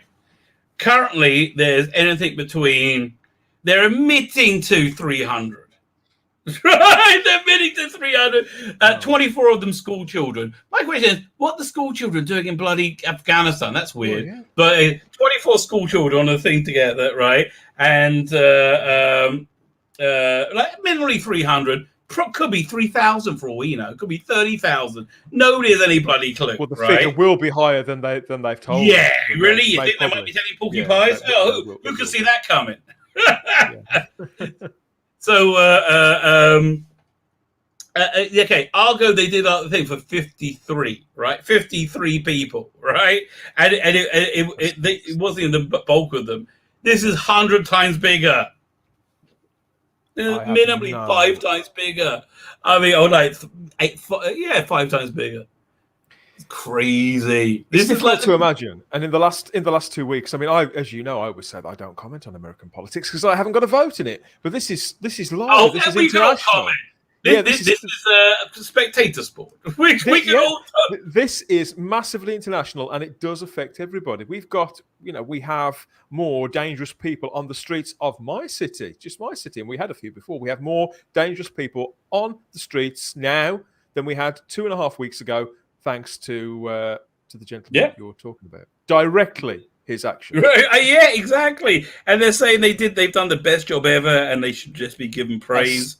Astonishing. He's probably whoever writes his speeches is writing the Jodie Whittaker's quotes for this article. No, because they like Jodie Whittaker sounds believable. Biden not so much. Anyway, let's get back to Jodie Whittaker. Jodie Whittaker has addressed her Doctor Who exit from for the first time in a new interview where she described the long-running sci-fi drama as the best thing she'd ever worked on. Oh God, well, okay, that I believe. It was only made shit by you, incredibly. I mean, she's like literally the wrecking ball of awful, right? I gotta do a thumbnail of her on a wrecking ball, like like in that music video from a few years ago. Is it Miley Cyrus? I gotta work out how to do that. Because listen, whenever she's on screen, it's all. I mean, Chibnall's writing is terrible, but you don't constantly notice it. But whenever she's on, she's awful. Oh. The actress tenure on the show began in 2018 when she took over from Peter Capaldi, had seen some major changes and additions to the lore of the franchise. Like, everybody hates it and it's shit. I mean, yeah, that was a big change right there. Yeah. People used to like it and it was good. But I'm glad they're trying something different. Yeah, each hero. Rank on popularity. Yes. Brilliant. Great move. Yes. I mean, okay, I mean, honestly, there are 900,000 people, right, who decided to jump out a window rather than watch Doctor Who. Country File was on, right? And suddenly the viewers like, "Meow!" Like that is Doctor Who. Yeah. And then went up again. Yeah, it went up again for Call the Midwife, which is why I'm convinced the Brendan thing was trying to fool people into watching that think they're watching Call the Midwife if they're channel surfing. And they keep on for a minute or two. I just tell you, Rabbi, I'd forgotten all about that until about 2 days ago. I was getting the pictures together for the Type 40 live stream, right. and I wanted some pictures. We're talking a little bit about the whole Morbius Doctors thing later on, and I saw a couple of pictures of the whole Brendan thing, and I had completely forgotten about that dead 10 minutes of story time they put out on that Sunday. Oh, God. But I remembered what you'd said. What else could it be for? It's so stupid. I'm like, and don't put pictures of good Doctor Who around Jodie Whittaker. What are they doing? You're reminding us about it. Like, like, oh, look, that's good Doctor Who. Yeah. Man. I got to... So she hasn't said a great deal then. She's a woman of few words. Well, we haven't. I'm still on the intro. She hasn't got much to say. Bloody hell! That's like, really? I thought it was going to go for a bit. No, this will take 5 minutes. There was an earlier summer. It was announced Whittaker and Shomron Christian will both be departing in Doctor Who in 2022. Yes. I told you. Oh dear. It's all right. I'll be all right in a minute. I told you the message. Okay. Oh yes, I was telling you my timeline. I forgot. The timeline is. A year from now, So this year coming up is Shemitah. And so the Messianic age is supposed to begin the year after Shemitah, according to this one person. And that's defined as by the building of the Jewish temple, which is would be, it was the third temple that we had, currently located. Have you ever seen the Dome of the Rock? No. The big gold dome thing in Jerusalem, very famous. Really? I told you. I know. Really? I'm Get out of here! One second. Fictional places. I can recognize architecture from Traken and from Gallifrey and all these places, but the real world, I'm completely ignorant. Really? Man, let me pull up a picture. You're exposing my ignorance. Oh, of course I have. I do apologize. Okay, fine. So that is the Western Wall. This is the last surviving part of the wall. It's the back corner. The temple, right? The Holy of Holies goes about here, where the Dome of the Rock is. So that's basically what the Israel-Palestinian conflict is all about. That we believe our temple will at some point be there. So anyway, that's supposed to be built starting a year from now. So there's a lot that's got to happen to be able to get us anywhere near there. That's what I think how messed up this coming year is going to be. I can't argue with that. I mean, it's a very beautiful temple dome. Yeah. Sorry, it's got to go, mate. I didn't put it there. What do you want now?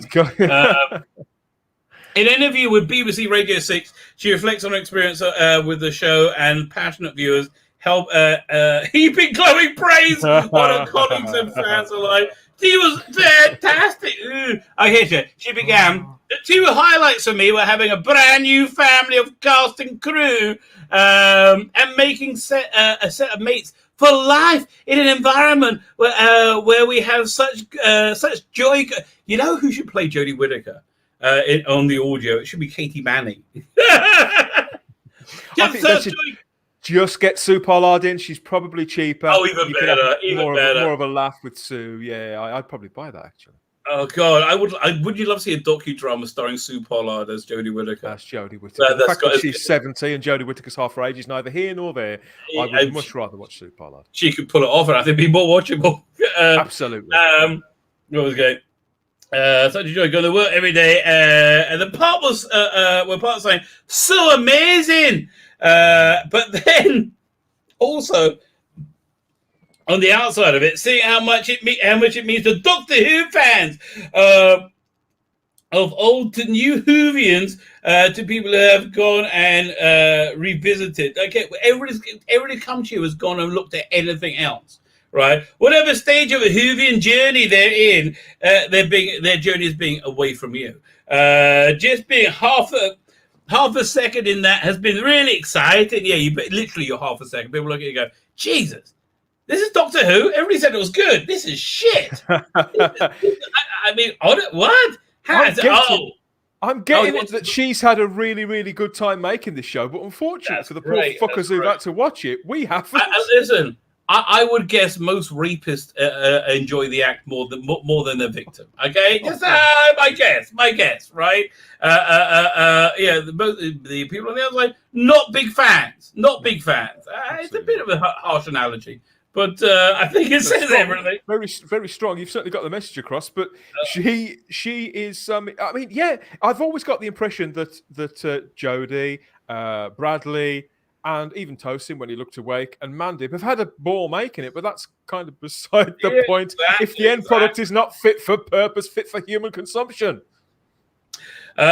Speaking of not fit for consumption, let's look. Here we go. Look at Louise Jameson. Did you see my thumbnail? Let me do a quick thumbnail run. I only saw it at small on the screen of my phone this morning, so I didn't see it in all its glory.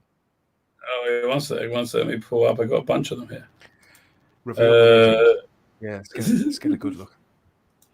There's also my show on Saturday night. It's a pretty good film, if I may say so.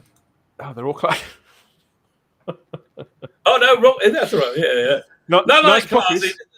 Yes, Megan Random. I googled sexy funny cosplay, right? She came up. She has a great Twitter feed.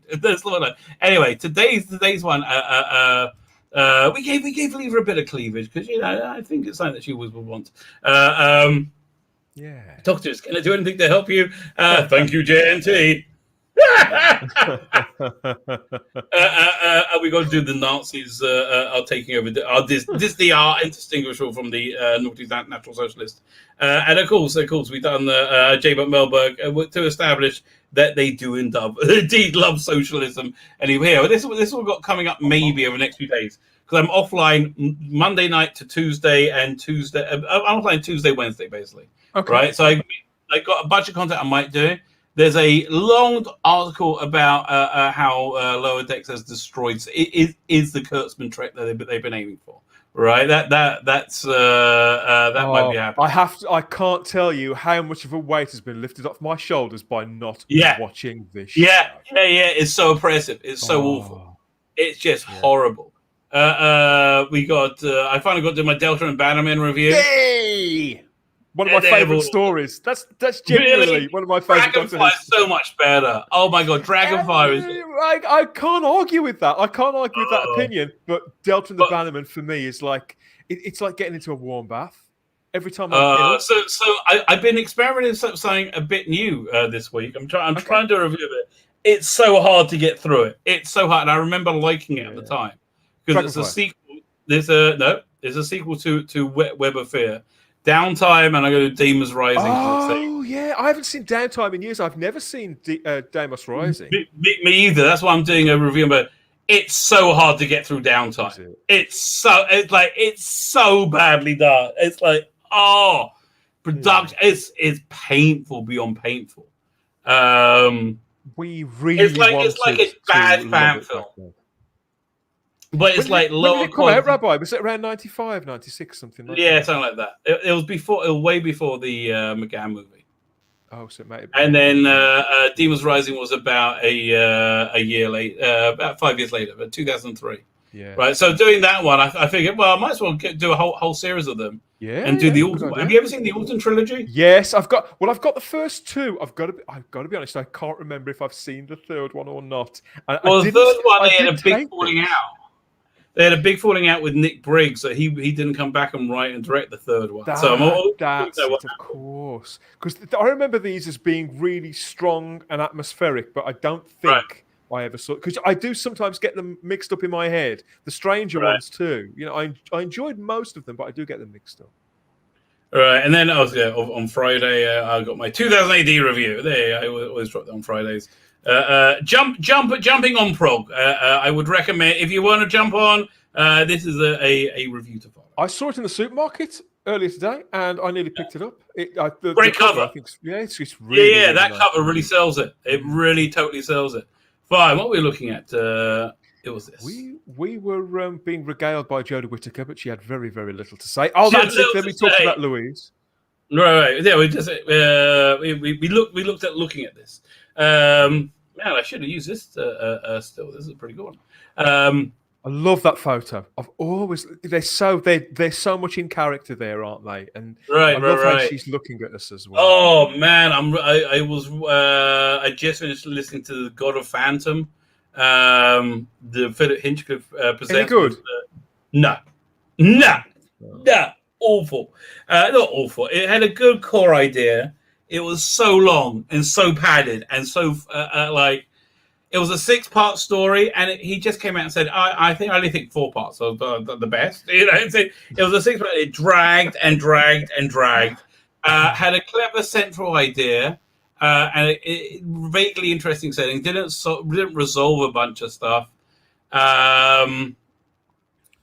It just too long, and it was again a good idea, but they decided to make a 6-parter instead of 4 for some unknown reason, and they just didn't work. And even with Tom Baker and Louise Jameson, I would question the wisdom of taking something, because the ones that I have heard and reading Philip Hinchcliffe, his takes on these new stories and where they come from and what his aims are for them, I would question the wisdom of partnering him with a writer like Mark Platt, who I don't dislike, but he, in my opinion, it's worked okay before. It's worked okay. The trouble is, not having Robert Holmes is just huge, and it just feels empty. I'm like, that's really the thing that you get most from listening to that version they did of Revenge of the Cybermen. It was like, oh, Revenge of the Cybermen without Robert Holmes, not very good. Like, go figure. It's kind of like a Patrick Troughton story that you saw before. And I imagine the same is going to be true with the Dalek one they're releasing as a table read, and I have to draw the line at any interest in that. I mean, I suppose there is some sort of archaeological reason for doing it, but dramatically, I just think it's going to the well one too many times on the whole thing. And it seems to me Big Finish are trying to just make money and get as much of Tom out there on disc and streaming as possible, which I do kind of see. But to me, his run of audios generally the standard. I mean, the early ones where he was first with Louise, that first season, excellent. Just but out of this. You know what they should do? They should do a Gareth Roberts box set. Gareth Roberts, Doctor Who. With imagine him writing for Tom. My God.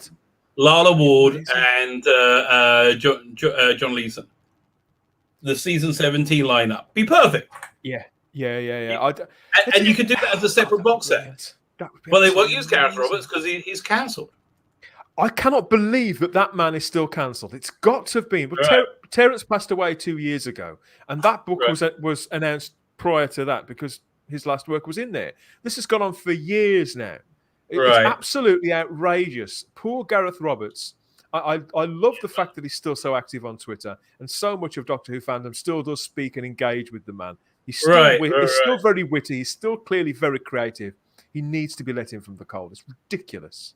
But what's going to happen is the people who shut him out are basically going to be left alone. They're the gatekeepers.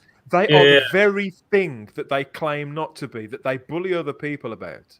I've seen some horrendous bullying on Twitter this last 24 hours, by the way. I won't go into it. We were just talking about it earlier. It's Afghanistan. It's the be-all and end-all of it. It's Afghanistan.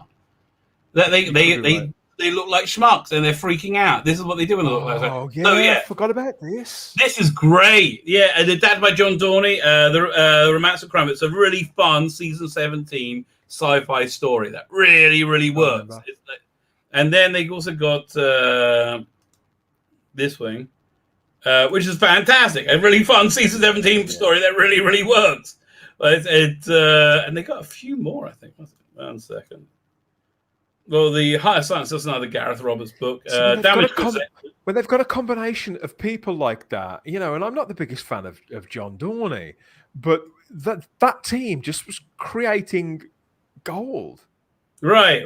They got the Well-Mannered War, and I would get the Higher Science as well. These are excellent books. Yeah. I mean, about CDs, they're really excellent. I remember. Well, like if they wanted to sell stuff, that's what. But what they have to do? Oh, look! The meddling monk's a woman now. It's like one magic trick they do over and over and over. Oh, look, he's black now. Oh, okay. Yeah, but you have to wonder, Rufus Hound. Sorry, Rufus, but you're a bit of a tool, aren't you? He's not. He is not a nice guy. But so that. Out of that to one side, Michelle Gomez is a class act. This woman can choose her work. She always gives 150% in everything. You have to wonder what she thinks when some of these scripts arrive through her letterbox. Honestly, listen. I heard the first two box sets I found pretty good. I found like if the second box set wasn't in 2020, I wouldn't have been pissed off with it. It seemed like they were. They had they made jokes about the Missy being a woman now, and the Ogrons didn't understand how she could be a woman. It seemed like they were taking piss out of the Doctor Who fans who didn't think Doctor Who could be a woman. It seemed like it. And I actually wrote to them. He said, "Look, I honestly promise you that's not my thing." I don't know if he was lying. Maybe seems a bit much to me. But anyway, It is. But they do think there's a lot of people, and I love what Big Finish do. I know a lot of people who feel very, very differently. There's one, there's one guy who's a regular on my channel, and he's really he's got a real axe to grind with them, and I do see why. I'm a little more generous in my thinking, but there is this sort of set of writers there who love the smell of their own farts, and you can see them. You can see them on Twitter the way they behave. Hear about their political ideas, which I couldn't give a toss. There are still class acts. There are still people out there, people like Trevor Baxendale, good writers who are there to tell stories. Speaking with Trevor Baxendale, that's a name you can always rely on in Blake 7. Basically, if you want just to dip your toes in, Matt says, "I wish I start with Blake 7 Big Finish. If I see most of the episodes, if you want to dip your toe in, try Warship, which is set in between series B and C. That's a really good story where you see what happened. And see, this is why I want a Big Finish with a Blake 7 with new special effects, because having the Liberator actually start looking like a war was going to start happening, that'd be freaking awesome, right? That'd be absolutely awesome. If you want to go anything bigger, Spoils of War, which is their first of the box sets, is excellent. The Way Forward is good. That's their anniversary one. And also they did 2 seasons worth of box sets set in between 2 episodes of the series 3. That's you see like whole galactic war. A civil war between Servalan and the president, which will both, and they end on an awesome cliffhanger, and it's all about getting. So, the second season is all about getting the Liberator working again, where you understand why it's in a weakened state when it finally gets destroyed at the end of season 3. It's they're really good. Anyway, that's what I would recommend. There you go. Have you heard? Was it heard any? I've heard the original 2 runs, and I've heard a few of the box sets. There's loads I've got to listen to with Blake. That's true, yeah. But so much, and I've got a pile of Doctor Who as well on CD, and since I've gone digital too. But everything they've done with Blake 7 has always been with such care. Well, the only thing that didn't really work that well was the Avalon series, which was everything was great apart from Avalon. I haven't heard them yet, and I've got them, meaning to get round to them, and they've put out a couple more talking books as well, which have been received a little better. I think there was a bit of a muted response to Avalon. I think they're going to do better this week with this month with the Clone Masters. I think that's going to be pretty good. Yeah. I think it will be a slow thing for them to sort of hit pay dirt with all of this, but I think it's a place worth going to. Let's look at this quickly. The actress who played Leader was asked to return for the Command from the 5th Doctor. Did you know about that? Yeah, he believed that viewers would need a transitionary companion to be brought back because of the change. But Tom Baker not being there after so long would be harder for viewers. And I think originally I think he spoke to Liz Sladen about it as well. Right, yeah, that's interesting because anyway, basically she's saying I had to choose between that and Tenko, and I'm really glad I did Tenko. I think you're right. I think you're absolutely right. The only time I think they've been together is the recent Graceless series or whatever, which wasn't very good at all. Don't they share a birthday? Or they're around? I think they're both 70. Louise and Peter Davison. But yeah, it would have been. I'm sure it would have been fun. But I'm really glad that we got the lineup that we got, and it all happened the way it happened. I can't imagine Leela being there. I don't think it would have been. I mean, on the other hand, she does. The Invasion of Time isn't the best note to go out on. But yeah, I think she probably chose wires with. I think so too. I think so too as well. Quality show. Also, that Brie Larson claims she has a mind that tends to go a little to the depression. For God's sake. Oh, here we go. She's gonna start claiming victimhood now as well, is she? Right. Oh, yeah. This is the thing I want to winning multimillionairess. Yeah, exactly. This is the thing I wanted to look at.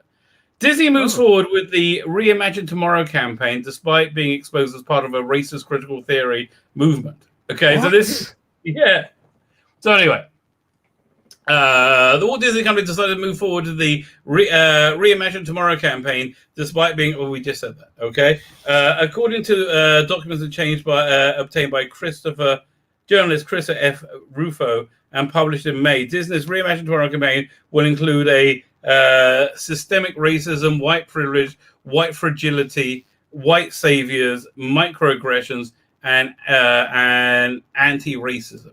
Okay. And So, is this for their staff, Rabbi? Are they? I don't know. Let's see what he has to say. Fine. So, according to the trove of whistleblower materials, Disney has launched a diversity and inclusivity program called Reimagine Tomorrow, which includes it's internal training, trainings on systemic racism, white privilege, white fragility, white savior. Okay, fine. So this is the stuff you got to do to work there.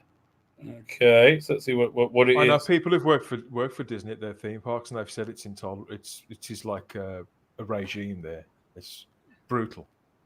Yeah, I imagine it is. Because in the ways multiple dimensions of identity, e.g., race, gender, gender identity, sexual orientation, disability, socioeconomic veterans can make people vulnerable to interlocking forms of systemic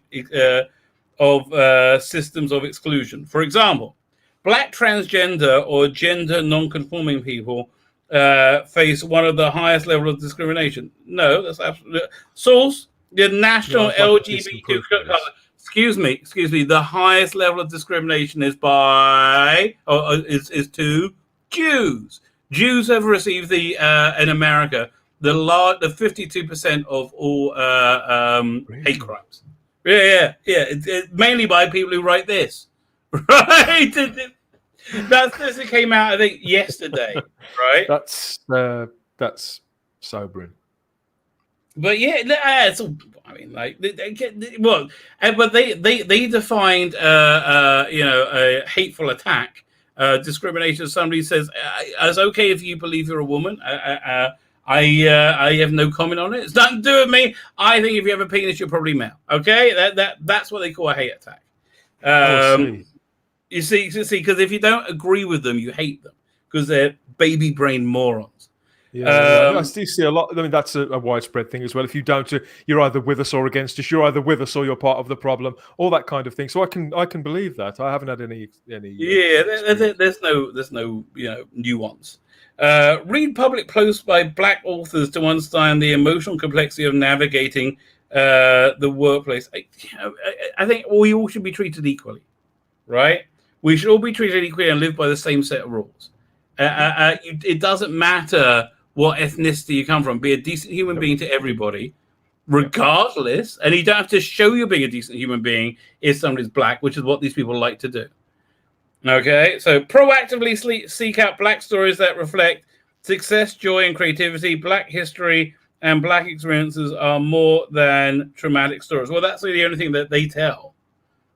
Disney exists to tell. Okay, there are more roles for Black people now in Hollywood. There are less diversity of roles. You can either be a suffering soul saint, and if you're a guy, you have to be an effeminate suffering soul saint.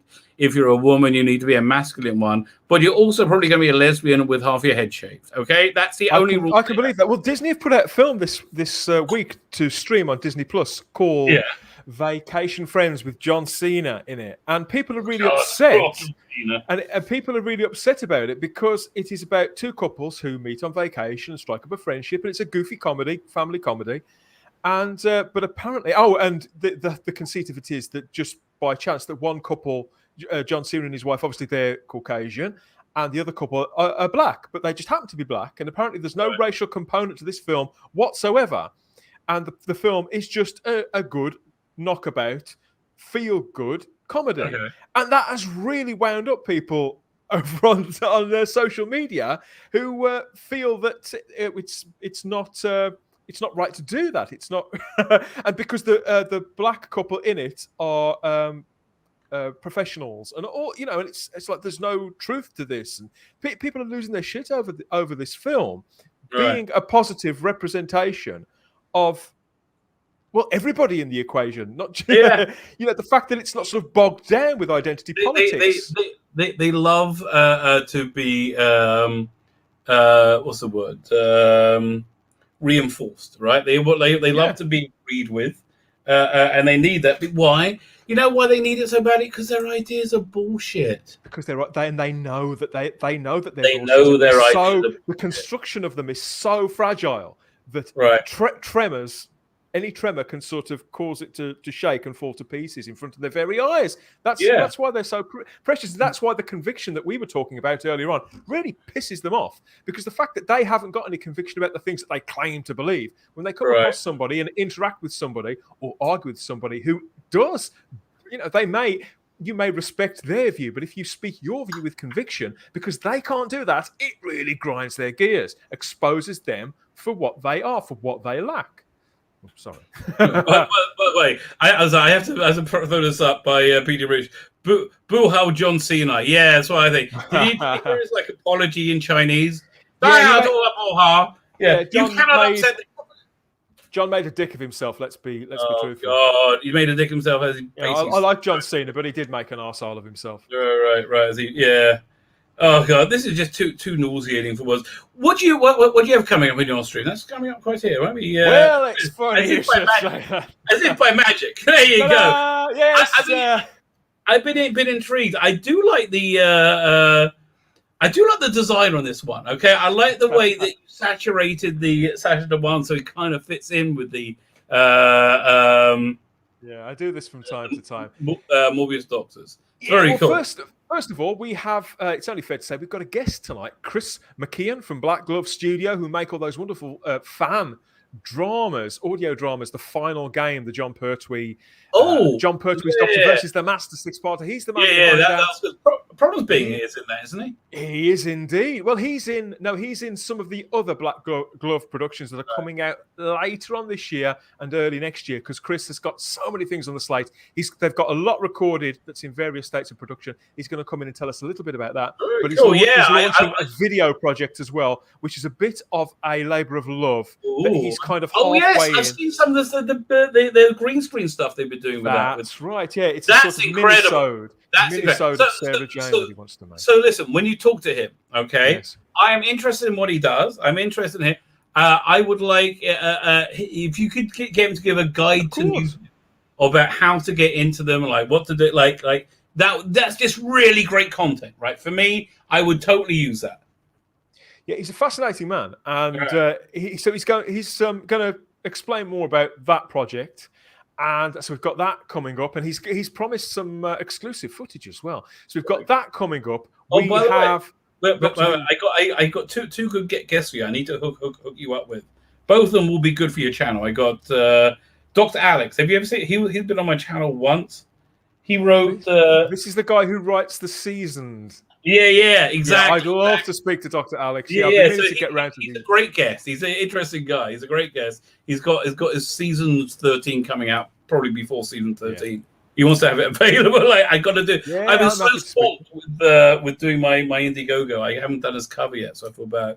But you should have it. Also, do you remember? Did you hear the story this week about Dan Slott, a comic book writer, attacking a fan? Oh my God, that was outrageous! Well, he was straightening his inbox and everything, wasn't he? So that guy, he was on my channel on Saturday. Huge Doctor Who fan. Sounds like a good guy. Right. We had a great time. Off direct messages from Dan Slott, who just cannot take any criticism whatsoever of his work or any conflicting belief to his own. He looks like a massive prick. Yeah, absolutely. Yeah, but I'd be very interested to speak. Well, any Doctor Who fans who know me, get them on by all means.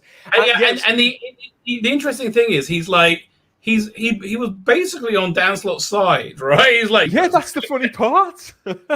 He was saying things like, I agree with you, Dan. I love your work, and no, you've got it all wrong. And this guy, he was like a dog with a bone, wasn't he? It was unbelievable. Yeah, but why? Because Afghanistan has driven them all crazy.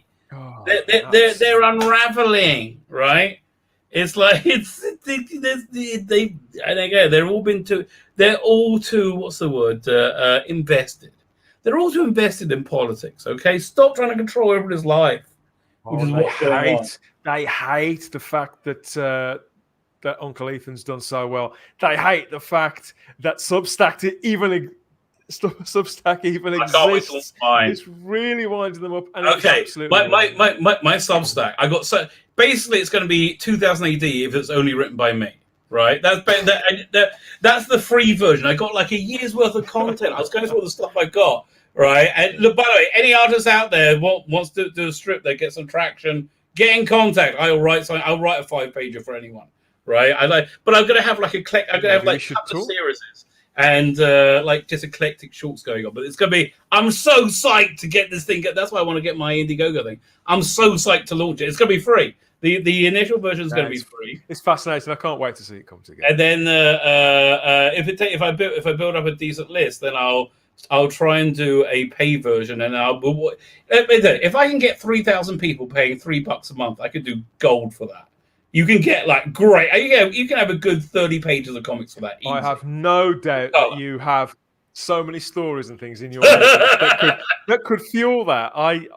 I'm not just saying that, everybody. That's why I'm totally on by this, right? Just the things that you talk about on screen and the things that you talk about off stream as well. You know, I can quite believe it. I mean, just your idea, for example, the bulk of the discussion on the show later on, just to tell everybody, will be the Morbius Doctors. So we've all been watching The Brain of Morbius again. We've got Philip. Well, we've got a quote from Philip Hinchcliffe about it, which really sort of got under my friend Simon Horton's skin. It takes a lot to wind up Simon. You've met him. You know he's a very easygoing man. It's like, really wound him up. He's so mellow. Yeah, he is. Yeah, but this has really started to grind his gears. So we're going to talk a little bit about that and talk about the Morbius Doctors and why it's a thing and where the conflict is and how Chibnall has sort of weaponized this, manhandled it, and used it as an excuse to give us all that, really. So we'll explore some of that. Honestly, it was just a throwaway thing, even by Chibnall, right? Somebody came up with this idea of justifying. It's just stupid. It's just, I mean, the best explanation is in the discontinuity guide, where in my mind, this is where I view it, that these are fake regenerations conjured by the Fourth Doctor to win the mind-bending tournament, which makes so much sense. I've got the discontinuity guide out as well. Yeah. It does make perfect sense. There's any one of a number of explanations. We're going to be talking about that a little bit later on the show, as well as lots of other Doctor Who news and snippets and nonsense and banter and whatever else. And if anybody wants to comment along in the live chat, as always, to chip in with whatever else. It's a communal thing. The transcript of the. I don't think we'll go through it, but I will show you the transcript of. What's it? I did a transcript of the Radio Times podcast. It's so stupid. Oh my god! It's so stupid. Where is it? They're basically. Braver man than I only heard half of it, and it bored me. Oh right. They're talking about what radical changes. So I'll just let me open this up. We'll just run through it quickly. I won't even open up. So first they talk about radical change, and basically they don't know what to do. Because everybody's saying, "Oh, Doctor Who, I think will be arrested. It's done so badly, it has to be arrested." Like, no. Piers Wenker said it's in better shape editorially. No, stupid incel. No. Well, so now they're all like, don't know what to do. And they go. And first they freak out a bit when they kind of realize that on air. So they're talking like, "What is if there is no plan?" And then so there's they really are utter clowns at Radio Times now. I used to really respect that. Excuse me. I used to respect that entire brand, and it's just a joke now. The podcasts are unlistenable. It's funny. So they ask like, "What does radical even mean?" And like, we know, you know what? You know what I think it means? It was just corporate bullshit speak to not answer a question. Of course it was. That entire statement has got the stench. It's Peter Cregeen again, 30 years on. Yeah. It's them treading water. Just throw that dog a bone. Let them chew on that for the best part of 18 months to 2 years while we pull whatever together, speak to whoever is still speaking to us while the entire thing collapses around our ears. It's so transparent. They This just is think we're crazy. stupid. Oh, wait, hang on a second. I'm sorry. This is look as a Jew, you have to stop everything when somebody offers you. Somebody talks about offering you work. I don't know. I never thought.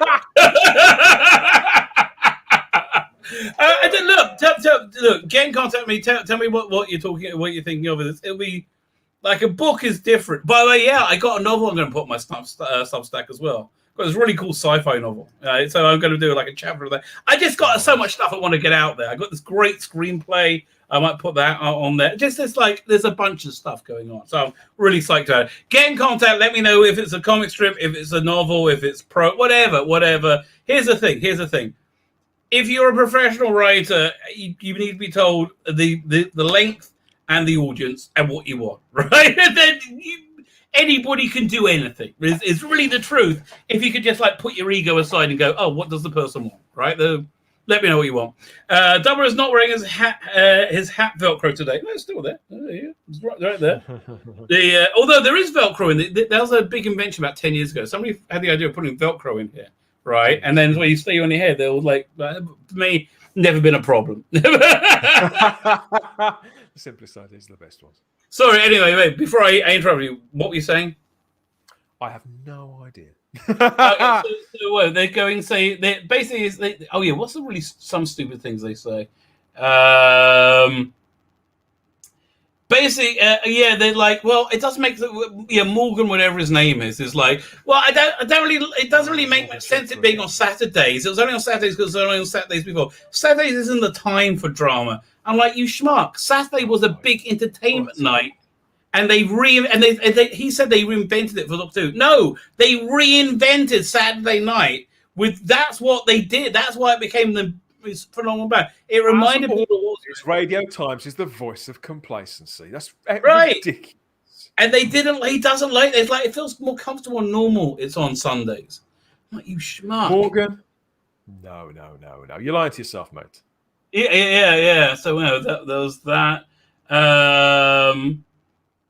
They're saying, well, they're having the cliffhangers be a big part of this thing. They speculate, is it going to be like box set, they call it in England, or binge watch?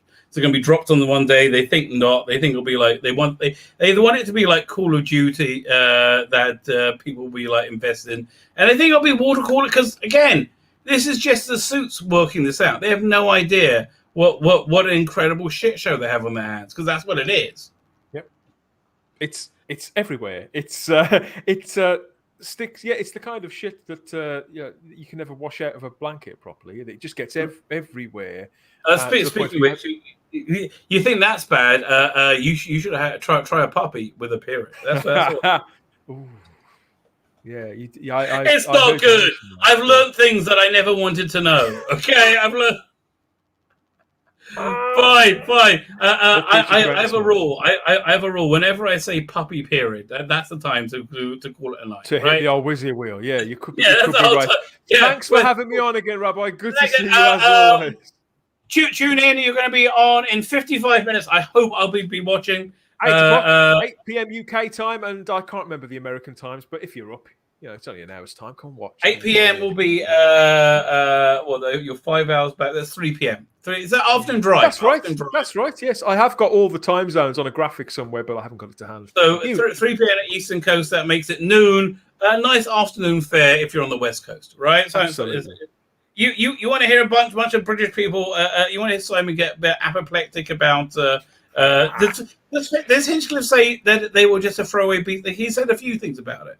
Yeah, he spoke quite a lot about it, and so we'll be unpeeling that a little. And there's a couple of white pill stories as well, because I don't believe in going full sort of full black pill on this stuff. Never bothered me, mate. Never bothered me. So we do like to put together an eclectic show for everybody. But yeah, come and join in, come and have a laugh, and let us know what you think, and you can take the piss out of us if you like, whether you agree with us or not, because I know there'll be a few people out there who are thinking these horrible sexist, racists, and all this kind of stuff. But yeah, come have a chat. We're harmless. I think I'm sexist. I really like women a lot more than men in every way. I mean, really? Okay, whatever. yeah, but all life is out there. Good to see you all. And thanks I'm going to hit the end broadcast button. And hitting